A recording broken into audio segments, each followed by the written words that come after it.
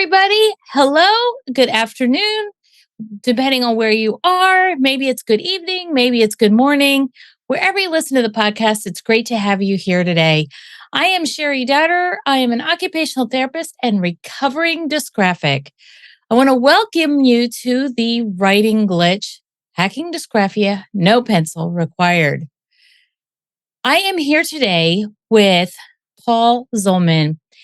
He came to me through some unusual circumstances. It's kind of, I tried this new adventure called Podmatch, and all of a sudden I'm having guests that I would have never met. But this gentleman has this really cool game, and I'm so interested to share what this game is like and how simple it is and helps these kids with their social emotional development so that we can expand their self-regulation, we can improve their self-leadership, and then they can engage in the classroom. So welcome today, Paul. It's great to have you here. Thank you, Cheri. What a delight to be with you. So tell us a little bit about you, how you got started with this game that you have, and then, of course, you have to tell us more about the game too. So you are welcome to share your screen. This will go on YouTube, and we'll see where things go with this interview. Okay, thank you very much. I'll just share my screen as it is right now, if that's okay. And I'd like to start my story, actually, Cheri, with a more of a generational type of story. I want to talk a little bit about my grandfather. And I had a grandfather that had 9 children in Indiana. And after that 9th child, his wife passed away. Absolutely distraught. He thought he would he made some decisions in that distraught time, which is a bad idea in any circumstance. Don't make bad decisions. Don't make major decisions when you're in the funk. And so he made a decision that he was going to sell the farm. He was going to sell all the equipment. When the buyers would come there, he would say something like, "And would you like this child? And would you like this child? And would you like this child?" Until he systematically had given all the children away except for one. He took Benjamin with him and moved to Montana, found a school teacher that had never been married, had 10 more children with her, of which my father is number 6. So Wait a minute. He gave all of his children away, kind of like they did back in Bible times? Yeah. Well, I don't know if it was that type of giving it away, but he didn't give it. It may have been like that because many of the people that took them were preachers in the neighborhood, and they raised them as children of a preacher. So they thought that it was good homes that he was giving it to. Some preachers that maybe could not have children or did not have children, but some were actually put in farms where they were workers. They became more like a little slave worker at the time. As I was doing the research, I found several of these children in the 1910 census. So this is the time period it happened. I found several of these children with different families, trying to reconstruct it myself just to get my own head around it, understanding what really went on there. One of these children was 4 years old at the time, and I met him back in the early 80s. I met him and talked to him, and he said it was horrible, that the splitting up of the whole family, they wanted to be kept together. And just the whole idea that their father was leaving and they never saw their father again. So after he moves to Montana, has all these other children, my father was born in 1922. When he's 10 years old, this grandfather, his father, passed away. So a couple of things are happening. You've got all this abandonment issues going on in the family, and now you've got the economic issues of the Great Depression. And so even though my grandmother she was an angel, she absolute angel. She loved children, and thankfully she loved children. It could have been a lot different if she did not love children. But she helped my father. I think that he really still had a very difficult time. I think he had a difficult time in school. He was very sickly and didn't like school that much. He went to 8th grade and then just dropped out. So graduated from 8th grade. And then so as an 8th grader, he could get kind of an occupation of being a truck driver. So that's what he did. And that's what he did his whole life. That seems to be a very typical age that generation went to school. My mother-in-law only went till 8th grade. My grandmother went to 11th grade, which was a stretch. Her sister only went to 8th grade or 9th grade. So that seemed to be very typical of that age where they needed to get the kids out and be workers. But wow, he was just giving his children away. And that was your grandfather, you said? My grandfather, right? Wow. So a little bit of dysfunction. You can't even wrap your mind around that. Just such a story like that. So my father is better. He only has 11 children, of which I'm number 10. He didn't have 19 children like his father, only 11. And I'm even better. I only had 8. So my children are only having 3. So it's getting better, Cheri. Just as the generations go, it's getting a little bit better. But with even 10 children, or being a truck driver, my father would come home every Friday night. He'd be gone during the week, and be there through the weekend. Monday through Friday, he was gone. And so when he came home, he would set the best example I could ever see in a father of taking my mother out on a date every Friday night. He wasn't very creative about it. It was always the Maverick Bar, always over alcohol. And so while he's being imbibed in this alcohol, he's hearing from my mother how each one of the children did during the week. And I'm imagining that I was never there, but I imagine that my mother started at the oldest, because that's the firstborn. They start at the oldest. So by the time they get to Paul, number 10, he's kind of wound up. He's kind of annoyed at all the things that were happening. And what I realized was what was really happening is that when we stack annoyance on top of annoyance on top of annoyance on top of annoyance, then they blow up. And it's a big flash that happens, and he got angry. So by the time he got to me, he was ready to be flashing. And so what that meant to me was that my weekends were really horrible. I hated looking forward to the weekends. I did not look forward to the weekends. It was either the belt or a very heavy-duty spanking or something different. That I remember one spanking being black and blue on my rear for more than 3 weeks. It was that severe. Wow. There was no one to call at that time. It was like Ghostbusters, Cheri. Who are you going to call? Yeah, that is true. In those days, there was no network. There is a network. And Montana, there wasn't much going on in Montana, I don't think either. Well, I have a funny story about that. You know how everybody thinks that people from Montana should know how to ride horses. Well, I was 17 years old when I left Montana after my junior year of high school, went to live with my brother. That's kind of the only way that you can escape. After I moved in with my brother, 6 months later, he got transferred down to California, and I'm going out on a date, and I tell her I'm from Montana, and she said she was really happy, and she said, "Well, I have horses. We're going to go ride a horse." And so I'd seen all those John Wayne movies. I'd seen it all, Cheri. I knew what to do. I'd never ridden a horse. So I grabbed the saddle horn just like John Wayne. I kicked my leg up over. I land on my rear on the other side of the horse. I kicked all the way over the horse, and the horse was pretty tall. So I thought that's pretty impressive all by itself. But we just laughed and laughed about that. I had to confess to her that I'd never ridden a horse before, even though I was from Montana. So anyway, there's a stereotype there. But growing up, what would be really impressive is if you rode some buffalo. Oh no, yeah. No, there's all those stories right now about Yellowstone and about all the people that are trying to get really close to the buffalo and tap them on the butt or whatever. Just they're trying to get close. And one story I read yesterday, the buffalo has the person down, the head's down like this on the pavement.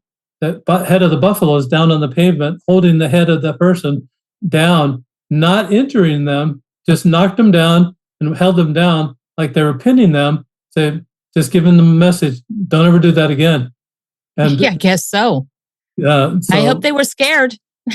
I imagine they were. Yeah. So anyway. Yeah.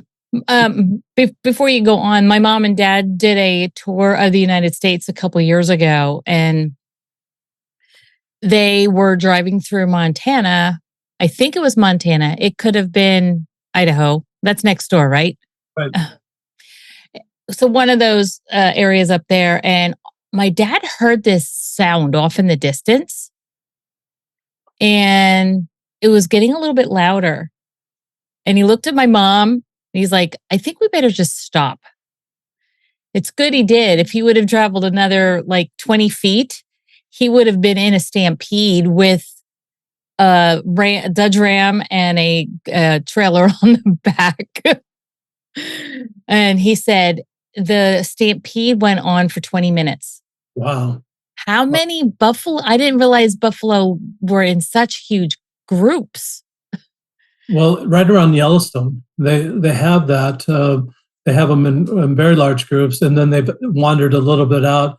But there are some ranchers that also raise buffalo. That's what they do. Yeah, that's how they get the buffalo meat and everything that we see in the supermarkets. But yeah, that's a very good place to raise the buffalo. It's just where they used to roam. Mm-hmm. Mm-hmm. Anyway, back to your story. So from that childhood like that, Cheri, I had just leftover, or what I call residual anger, that I recognized that my brother had it too, that he was just trying to be a very kind, very gentle father, and in high contrast to what my father was trying to do his very best. But he would also have those moments that he'd be annoyed, and then flash. And I found myself having those same type of moments. And I think that's the generational thing that was passed on that I wanted to talk about a little bit, that is something that really had to stop. And even as much as I wanted to say, I don't want to be angry, that is kind of a double negative statement. And double negatives only work when you're in math. You can do a negative times a negative equals a positive. It absolutely does not work in relationships. So that, and it doesn't work in goal setting. So that wasn't working. Even though I make the declaration that I don't want to do that, I wasn't saying what I did want to do because I really didn't know what I wanted to do. So I keep, there's that social awkwardness. If you've ever gotten angry or seen someone get angry in a public setting, you feel pretty bad for that person that just got angry, that just lost their cool. That's the social awkwardness that was taught to me. That's the social awkwardness that was taught to me and implemented in my family. And I didn't like that part about me at all. At age 35, I'm still blaming my father. And then I realized, oh, I'm responsible for my actions. My father at that time had been dead for 7 years at age 35. He died when I was 28 years old. So I realized that I can't even talk to my father about this. I can't even air that out. So I have to kind of work through it myself. But at that moment in time, it was just kind of a paradigm shift for the way I act. Okay, I'm going to pause you again. My daughter just turned 28. That would mean my husband would have to pass away this year. Wow. Wow. That's the age, yeah. So that's the age that my father passed. So how old was your father when you, like, how many years apart were you? Because you were like child 18 out of 19. No, I'm number 10 of 11. 10 of 11. Okay. Yeah. My grandfather's the one that had 19. Okay. My father only had 11, and I only have 8. So. Okay. Sorry. Getting in the numbers, I'm getting confused. Those are the skyscraper numbers, aren't they? They're up there. Yeah, that is an amazing number of people to have to feed. You can't in today's society. I don't know how people even feed more than 2 or 3. I do have a friend who has 9, and I'm like, how did you feed them all? We did a whole bag of, I remember a whole 10-pound bag of potatoes we'd peel for a meal. And it was just, we'd mash them all up, and that was the meal. It was just the whole bag. But you buy a bag for pennies back then it was not very much money to buy a whole bag of potatoes, maybe 29 cents. I mean, it was just, it was pretty inexpensive. But gas also was 29 cents a gallon. I mean, it's all relative.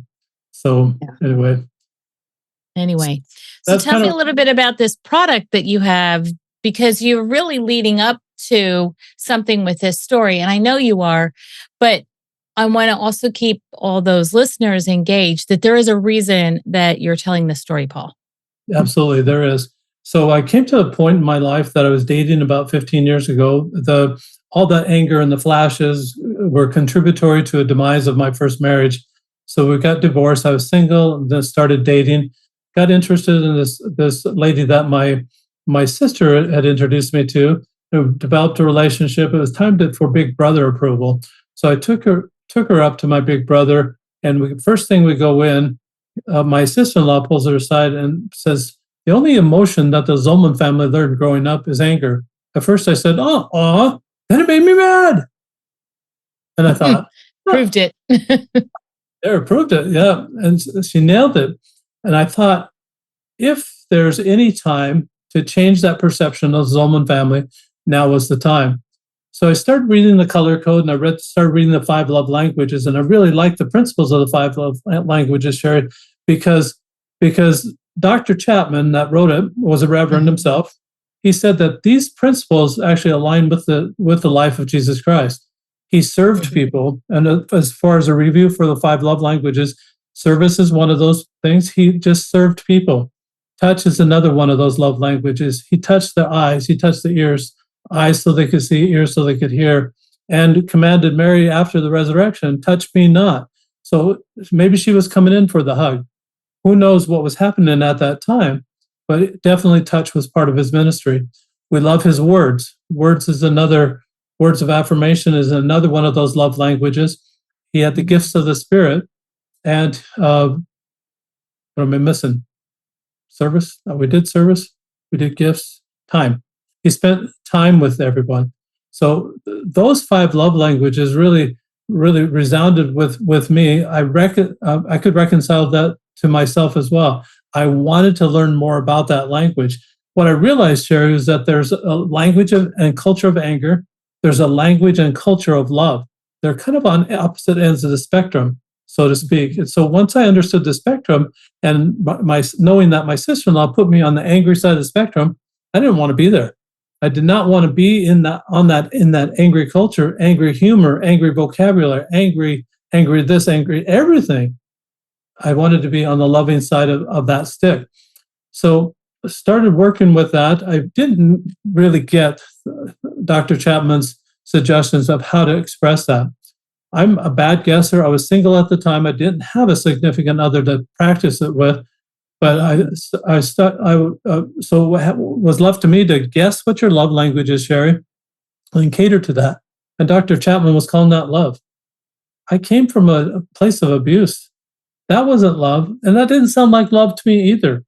So I thought, well, let's see what else he has. And then he's got a survey in there. If I take that survey, I can find out what my love language would be. Then what? What do I do? Advertise? Hello, Cheri, I'm gifts. What do you have for me today? That also was very awkward for me. I didn't understand that. And that I understand the communication part, but even the communication part was such that if you told someone how to love, how they should love you, and what if they didn't deliver? You get this little whiny voice that says, I told you how to love me. I told you what my love language is. You're not doing it. And I didn't even want to go there. I thought there's got to be a better way. I do remember growing up that games brought our family together. As dysfunctional as it was, it brought our family together. And there was smack talking and all that as part of the angry culture, but it brought our family together. And I thought, I'm going to contact Dr. Chapman and see if will license those icons of the love languages and see if I can make a game out of it. I contacted him. I said, are you licensing those icons? He said, no. They sent a letter back from his attorney. And so I contacted an attorney locally, and he told me that, a copyright attorney, he said that theory, like the love language theory, is not copyrightable. Application is. So the application is what's copyrightable. and how you use that. And so I made my own icons and then I put them on a die. Here you can see what it is. I'm showing the die for your listeners. I'm showing a die that has a hourglass on a hand. That signifies time. It's just a picture. Now I've got what a waiter holding a platter. That signifies service. Got two hands that make a heart.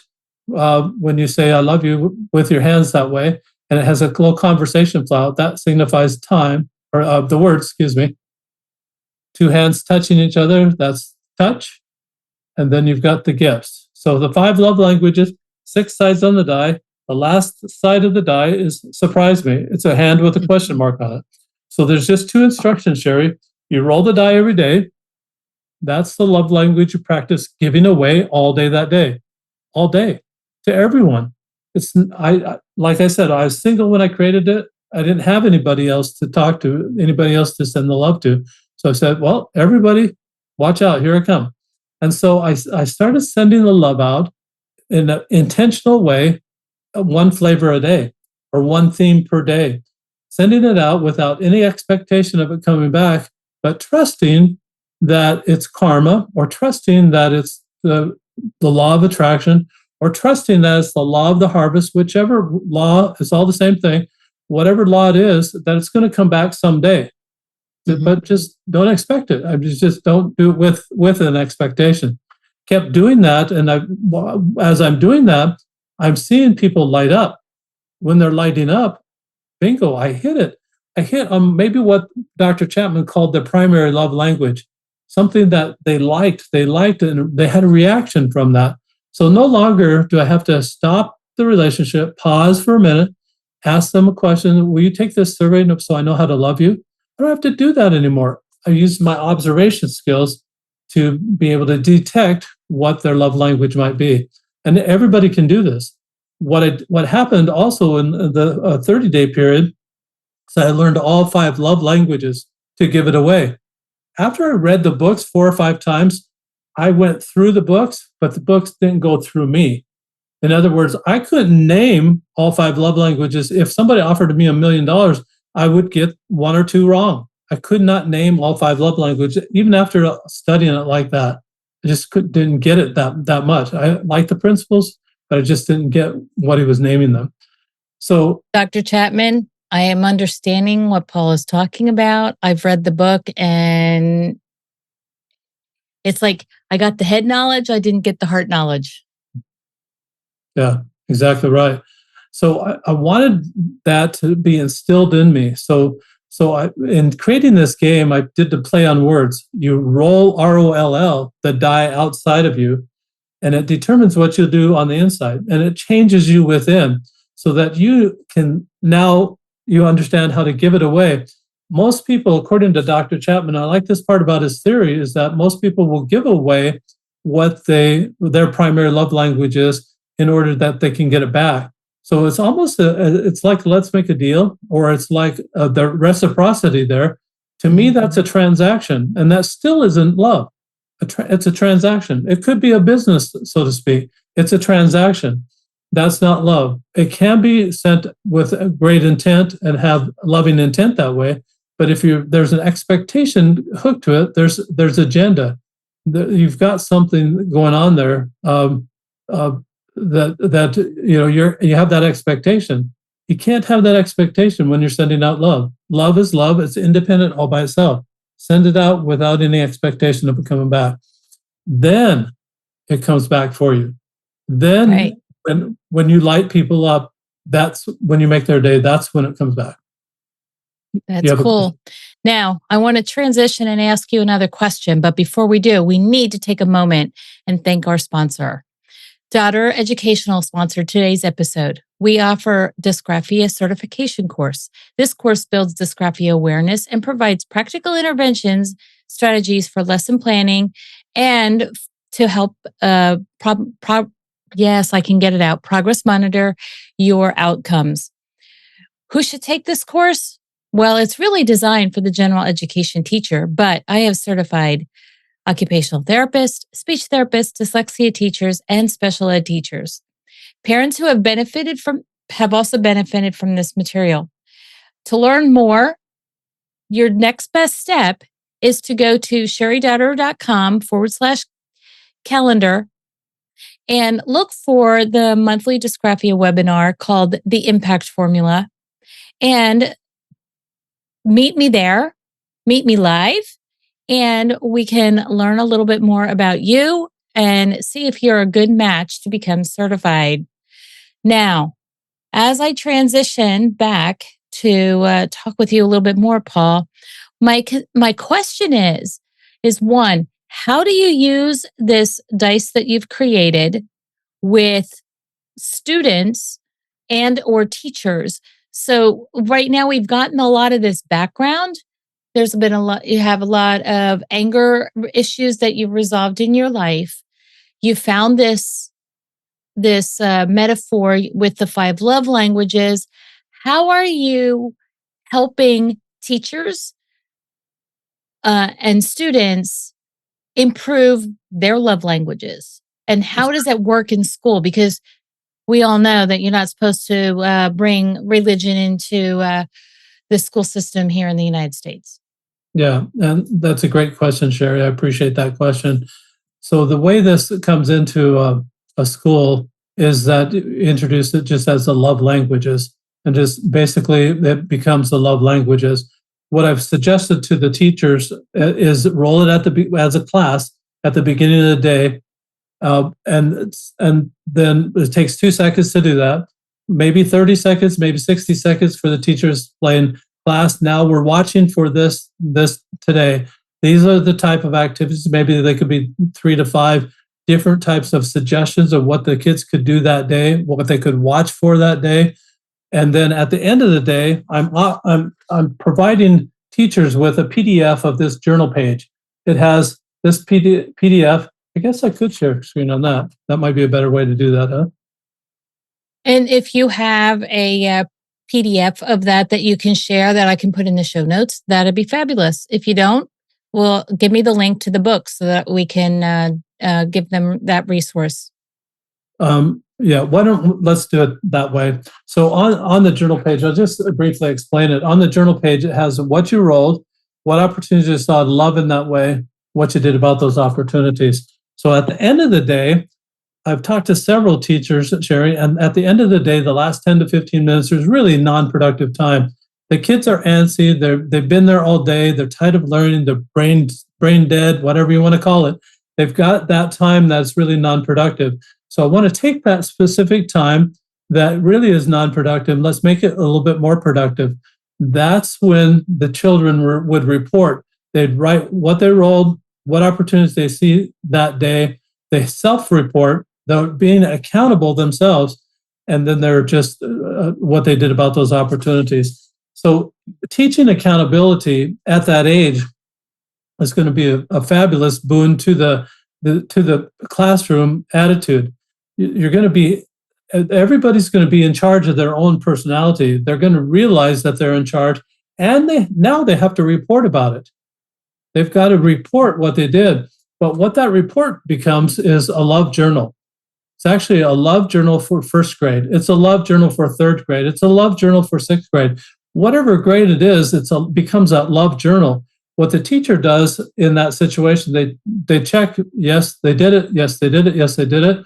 I've got a franchisee of Yogurtland here in town that is cooperating with the schools I've set up with us in town. And for every 15 days that they record a journal entry, he'll give them 5 ounces of yogurt for free. Yeah, that's pretty cool. It is very exciting. If they'll do it for 25 days, in other words, if they do it as a habit and create that habit of being responsible and being loving every single day for 20 days, the stories are going to be great. They'll get 10 ounces of yogurt for free. So he's really been very, very nice and participating. So from 15 to 24 days, they'll get the 5 ounces. But if they hit the 25 days, which is the habit forming kind of magic numbers between 21 and 30 days or 21 and 28 days, if they hit that magic day and form that habit of keeping that journal, keeping track of their behavior, you can be assured that behavior is going to be tamped down, if they're responsible for their own behavior and the responsibility is put on their shoulders, they have to write about it. And they'll take those papers home so the teacher doesn't have all these file folders full of everybody's journal, and they're not responsible for that. They send it home with the child. Hopefully those parents will be responsible. Those parents be responsible enough to hold on to that, put it together at the end of the year so they've got actually a book. I would have loved to have a love journal like that from my mother or my grandmother. Instead, Cheri, I got a journal that told me what the weather was like 60 years ago. Who cares what Is the that weather called was the almanac? Oh, I could have read the almanac for that. They did not write the almanac, but they could have. I mean, the way they wrote the weather. But anyway, I would have loved to have something that was more personable, something that really said what there was to love in that day, and then what they did about those choices that they had. But they didn't understand it like we do today. That's right. And the weather for the farmer was big deal. That's it could make or break them every year. Yep. So I have the podcast is about the writing glitch. It's about the disability in writing. And I'm looking at your journal. And I want to throw this thought out there. For anybody who is watching the YouTube, you can see what the journal looks like. It has single lines on the workbook. So if you have a kid who is struggling to get through the journal and write it out, one of the things that you can do is you can take the contents of what's on the page, take it over into Canva, make 3 lines for the student to write on if they're in first grade and they're struggling with their writing. Having those 3 lines in first grade, second grade, we have to wean off of it. By third grade, they should be writing on single lines, okay. But even in first grade, you may find that kids are just struggling because they don't understand that single line. But taking it right over into Canva, a lot of the schools right now, because they're connected with Google Classroom, Canva is offering free information or free membership for teachers. So you have to be a teacher to get to that level.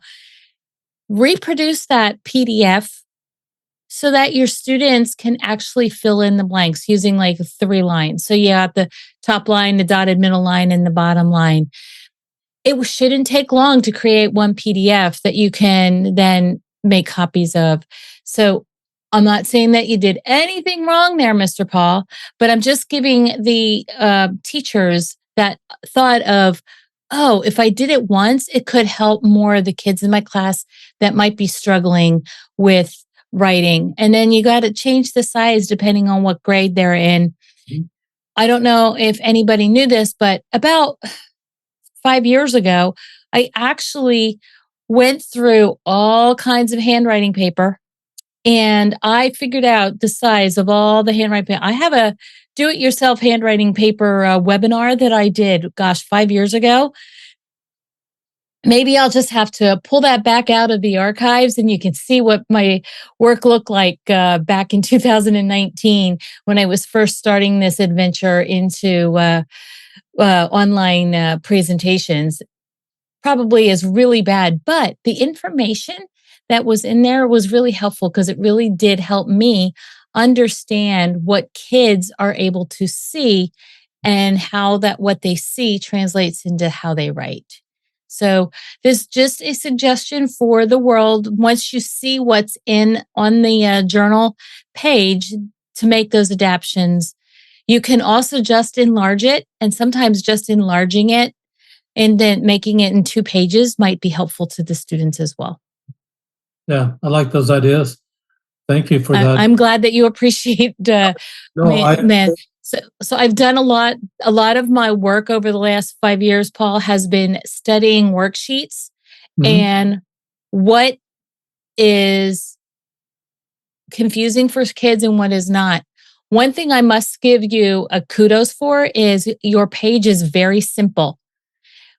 It is nice that it's simple, it's easy, it's cut. It's 3 sections so that the students have it's very easy. It's 1, 2, 3. Most kids can follow 3-step rules.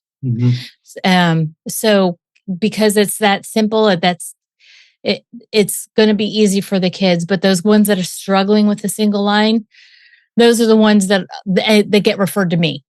Mm-hmm. And that would be what I would do. I would take it, I would look at what's essential there, put it over into Canva, and add the extra lines to it.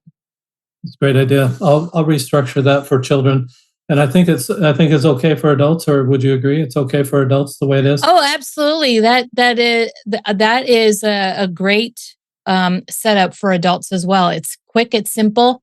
Mm-hmm. One thing, if I was an adult, and I would also be looking for a companion book. So here I am giving you some ideas of things that you can do.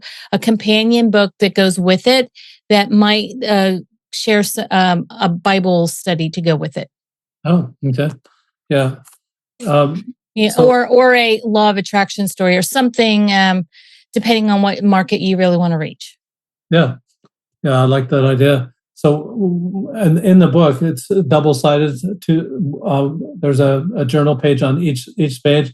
What I had one couple do is one of the person would write on one page and the other person on the other page. So actually, it was a couple journal that this is what that the guy saw, this is what the woman saw, or this is what the just whatever the couple is. It's just each one of them will write on one page, have their own page, and so it goes through. It becomes a together journal, which is very, very nice, especially when you're talking about love and how some people see things a different way. They'll see different things, different opportunities throughout the day, and then they can share that in a journal together.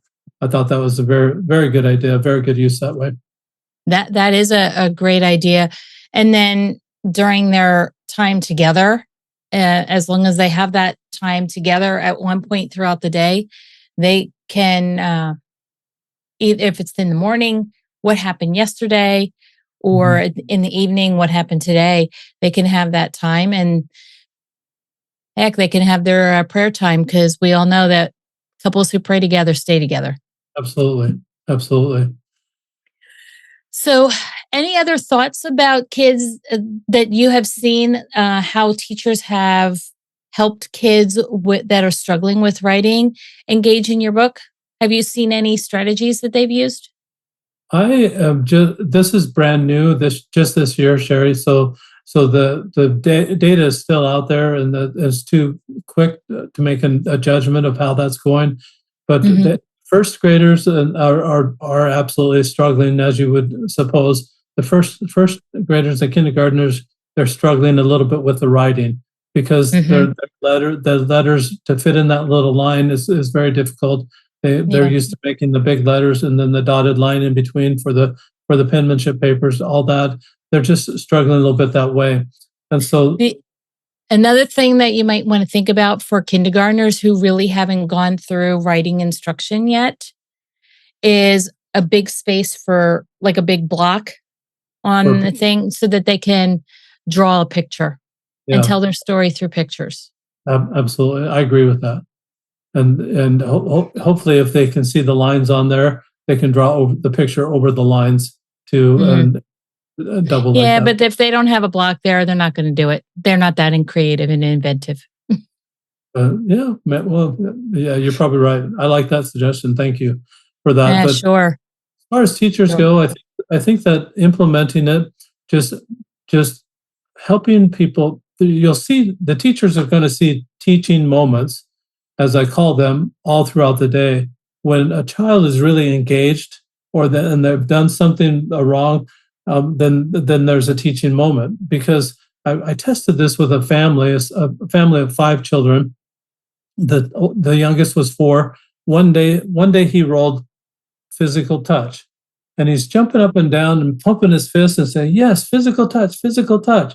Immediately goes and beats up on his brothers. And the mother has to kind of suppress the laughter, because that's not what she expected. It's not what they talked about, but it's how he understood physical touch. Possibly that's the way his brothers showed love to him, and that's what he understood as love. So it became a perfect teaching moment, not only for that 4-year-old child, but for the other siblings as well. She said, no son, the high five, the fist bumps, the hugs, that's appropriate physical touch. That's what we're doing. And that's how we express love in appropriate ways. So it was a great teaching moment. I think that teachers just watching for those teaching moments, you'll find the children making mistakes. Don't focus on the mistakes that they make. Focus on what they're doing right. Focus that they're trying. Focus that and it's like I like this analogy that whatever you magnify is going to grow bigger. And as you magnify the good that the children are doing, that's going to grow. We don't want to magnify the faults and make those grow bigger. A lot of parents don't understand that. A lot of teachers don't understand that. We just want to focus on what's right about that person. What can I love about that person?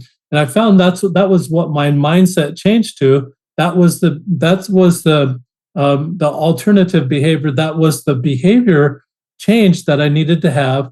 Instead of having the negative, I don't want to be angry. Now it's the positive. I do want to be loving. I do want to find out what's right about people. And I just and one other thing I want to just say is that when in a yoga class, at the end of a yoga class, the teacher's going to put their hands together like this, like they're praying, and they're going to say namaste. Namaste is a word that comes from the Sanskrit dialect in northern India. We also get the word karma from that same dialect. We also get the word nirvana from that same dialect. Great words that we have in our vocabulary now that we've adopted from that Sanskrit dialect. The Hindu translation of that is this: the God in me sees the God in you, or the divine in me sees the divine in you. That's what we're trying to accomplish here. Trying to teach the children that watch for the good in people and don't listen to the media because they're always reporting what's bad. They're always reporting the mistakes that people make. They're magnifying that. They're making it bigger than life, and it seems to advertise that this is okay behavior. It's not really okay, but they're advertising it enough that it makes it acceptable well, not really acceptable, but it makes other people think that, well, maybe I'll try that. I mean, it puts it out there. Let's not advertise that. Let's advertise the good that people are doing. And we can do that individually. There's no better. Yeah, it all falls into neuroscience. It's much easier to get that amygdala activated than it is to shut it down. Absolutely. Yeah. Now, can you tell people where to find you before we head out for the day? Yeah. So the best way to find me is at roleoflove.com, ROLE of love.com. And there's a play on words. ROLL is what you do with the die. It's outside of you. You can't really change circumstances. A lot of times you can. Sometimes you can't. But you can change yourself inside. And that's what we're trying to accomplish here, sending love out. ROLE of love.com. You can find the book, the die, and the journal all together in a bundle right now that's on sale for less than $30. And it's a whole lot less than a therapy session. So anyway. Yeah, it sure is. Yeah. It sure is. Well, thank you very much for being here today, Paul. The Writing Glitch podcast is released on the second and fourth Tuesday of each month. Please subscribe to the podcast and write a review. Down on YouTube, it's right below.